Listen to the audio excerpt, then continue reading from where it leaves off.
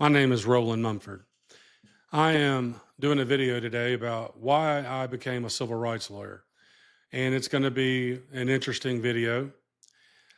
And I wanted to start out by explaining why I became a civil rights attorney doing 1983 law, and I'm also doing employment discrimination law. The seed was laid for me to become a civil rights attorney during an interview that I had with a prosecutor who did my fitness interview or application to become an attorney. And I will leave that interview at that. I won't discuss that anymore. I started out with my practice having to take criminal court appointments. You would represent people that were indigent, and it was a way to get some experience and start some income while also trying to build a private practice. And in the course of doing that, you interact with prosecutors and police officers. And I remember one time a detective saying, "We always overcharge," and a prosecutor standing in the background saying, "Don't say anything like that," especially with a defense attorney standing there. And that, again, sort of laid the seed again to become a Section 1983 civil rights attorney one day in the future. But didn't have any mentorship, didn't know anybody locally that did it. I started doing employment discrimination law, and that sort of overlapped into 1983 law because I started taking cases where government employees were exercising free speech and becoming terminated as retaliation. Their supervisors, for example, may have been an elected person. Maybe it's a road supervisor, a sheriff, or whatever position. And those people didn't, they wanted or expected their employees to participate in their campaign staff or elections or doing things. And the employees didn't want to do so and were terminated. And that was sort of the bridge between the employment discrimination and the 1983 civil rights practice. And in Section 1983 civil rights law, it is primarily litigating police misconduct cases. I really didn't start doing the police misconduct cases full time until about 2 years ago. But going back to when I had started my practice, around 2009 or so, I had filed a negligence lawsuit against a local police department. And because of that, I was subjected to harassment and intimidation by a few local police officers. I remember being at a bookstore, Barnes & Noble, and that's kind of where I hung out in the evenings, reading a book, maybe before watching a movie. And police officers would just awkwardly start walking around me every 10 minutes because a few of them had been on station to, I guess, for patrol for that shopping area. But then it really got bad. I had represented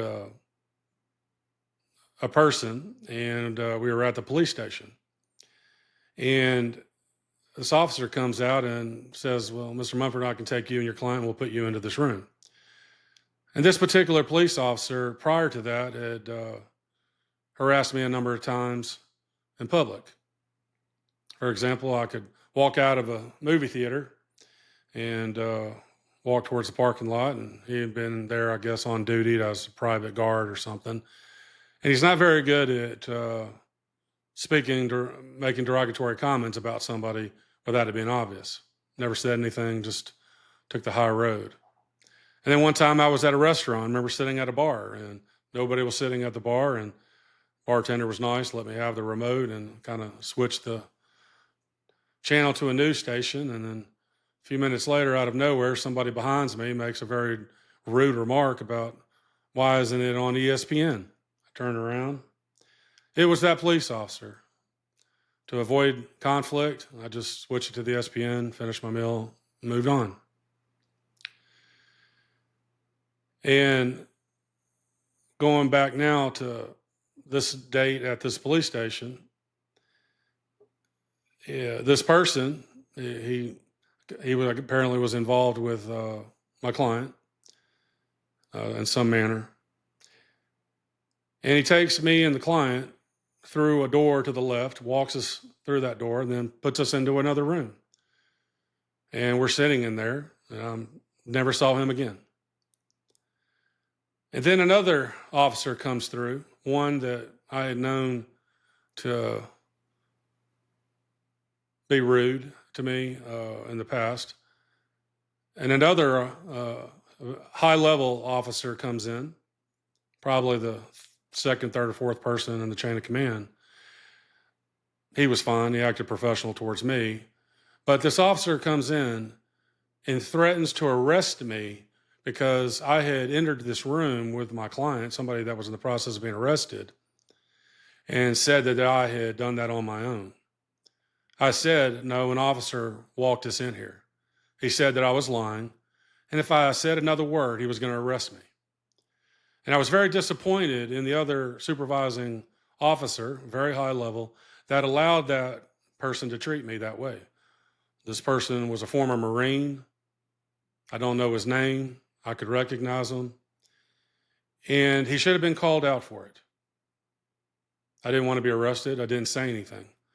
However, at that time, had I known what I knew today, I would have told him, please arrest me so I can see you in federal court. Because I do Section 1983 civil rights law. I know my rights, and I advocate for the rights of others.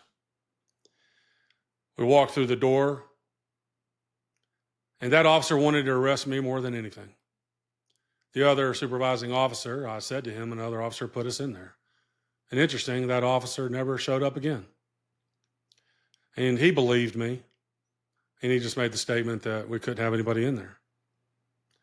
And when that officer had called me a liar and threatened to arrest me, with the ignorance of knowing that there were cameras up above all over the place that would have shown that that first officer had brought me in there.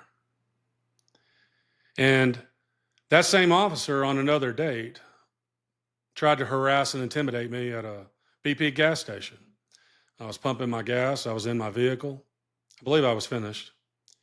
And I see a police car on the other side of the pumps, about 20 yards away, maybe 15 yards, on the other side of the pumps.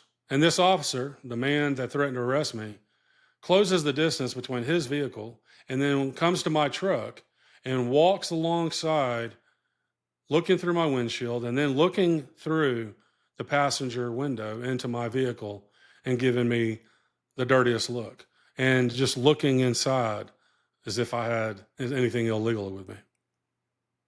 I should have gotten out of my truck. I should have put my phone on record, and I should have called him out for it, knowing my rights now, knowing what I can do, knowing that I'm not going to be intimidated by a police officer. But I just stayed professional, stayed in my vehicle, and then he walked around back to the other side of the pumps into his car.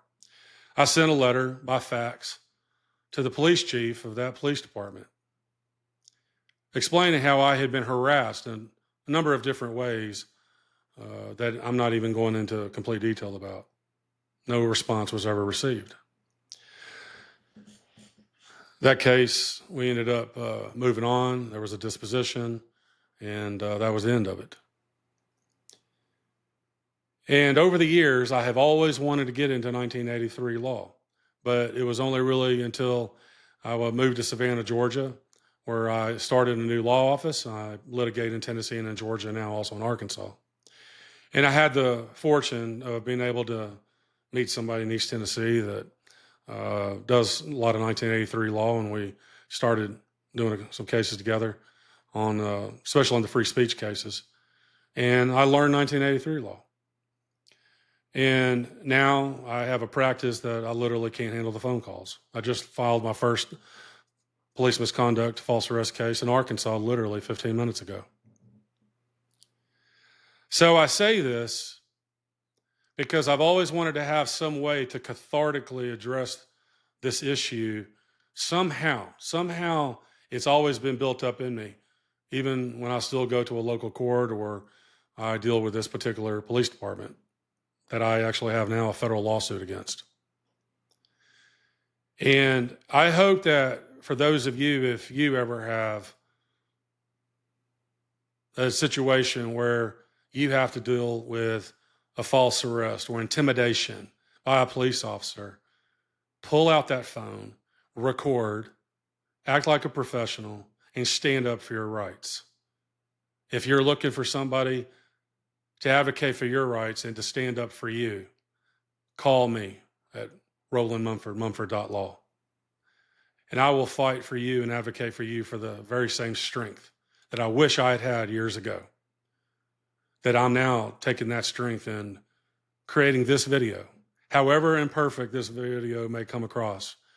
But I didn't want to do it with a teleprompter like I do some of my other videos. Thank you for your time, and I appreciate your time and attention to this. Have a great day.